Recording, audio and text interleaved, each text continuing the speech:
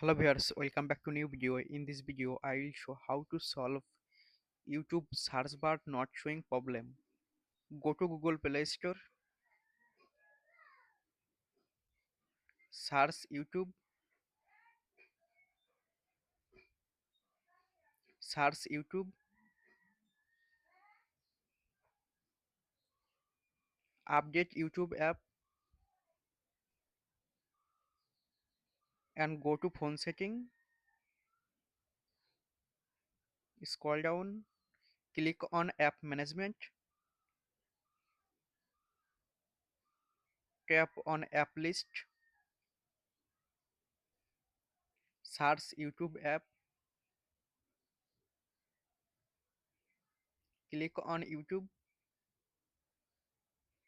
tap on force stop, tap on OK and click on storage and cache, tap on clear storage, tap on delete. Now go to YouTube app,